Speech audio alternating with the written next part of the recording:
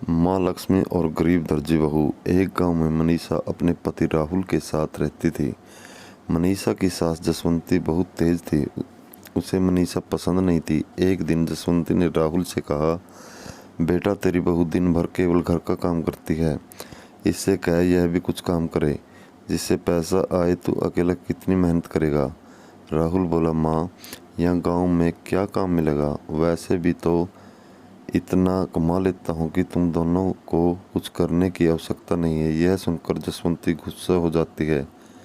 जसवंती की यह बात मनीषा सुन लेती है। अगले दिन जब राहुल अपने काम पर चला जाता है तो मनीषा अपनी सास से बात करती है। मनीषा बोली, माँ जी मैं भी काम करना चाहती हूँ। आप एक काम कीजिए, आस पड़ोस की औरतों से कह दीजिए कि मैं सिलाई बहुत अच्छी करती हूँ, जिसे भी कपड़े सिलवाने हो मेरे से सिलवा लें।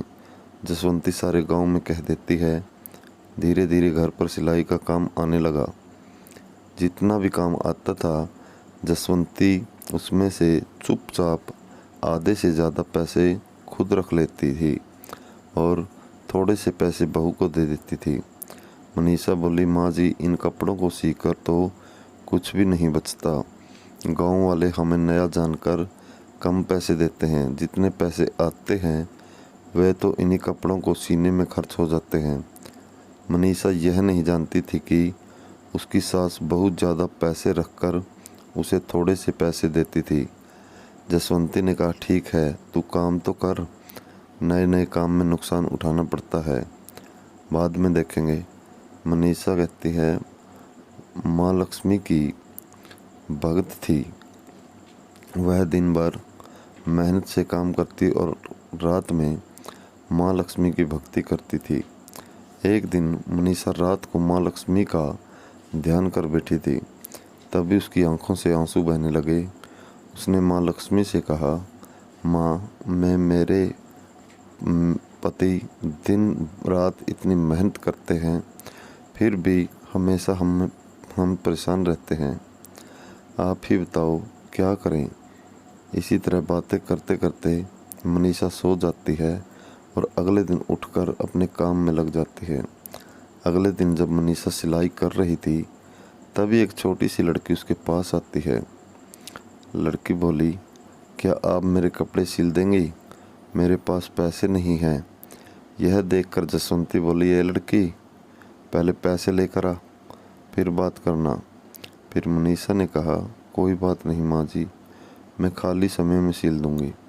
कितनी प्यारी बच्ची है, इसे मना मत कीजिए। जसवंती ने कहा, काम का नुकसान नहीं होना चाहिए। रात को जब तू पूजा करती है तब सिलना इसके कपड़े। मनीषा रात को बैठकर कपड़े सिल देती है। अगले दिन जब वह लड़की आती है, लड़की बोली, आपने तो बहुत सुंदर कपड़े सिले हैं।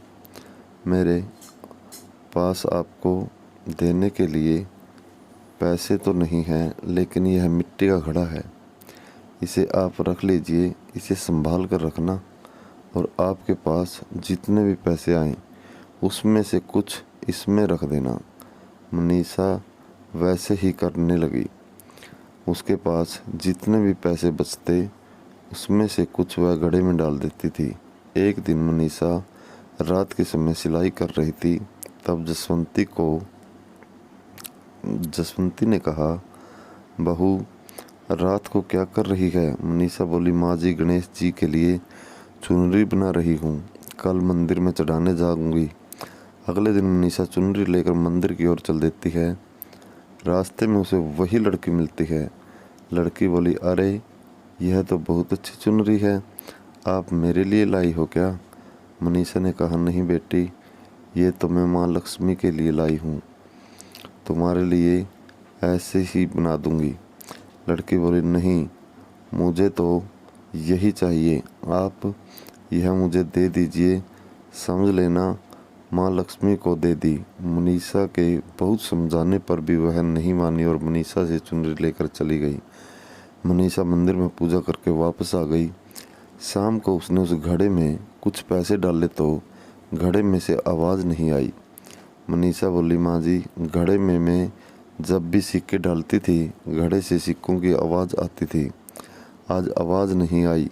जसवंती ने कहा, देख लो, कोई सिक्के निकाल कर तो नहीं ले गया। मनीषा ने घड़ा खोला तो देखा घड़ा सोने के सिक्कों से भरा हुआ था।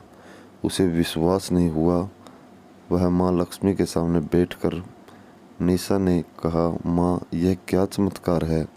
इसमें तो थोड़े से सिक्के थे, फिर इतना धन कहाँ से आया? तभी मनीषा ने देखा माँ लक्ष्मी की मूर्ति में वही लड़की चुनरी ओढ़े दिखाई दी। मनीषा रोने लगी। उसने कहा, माँ, आप स्वयं मेरे घर आई और मैं आपको पहचान नहीं सकी, माफ़ कर दीजिए। इसके बाद मनीषा और उसकी सास जसवंती और राहुल तीनों माँ लक्ष्मी की दिन रात पूजा करने लगे। मनीषा का सिलाई का काम अच्छा चलने लगा। दोस्तों, ऐसी ही धार्मिक कहानियाँ सुनने के लिए हमारे चैनल को सब्सक्राइब करें और शेयर करना न भूलें। धन्यवाद।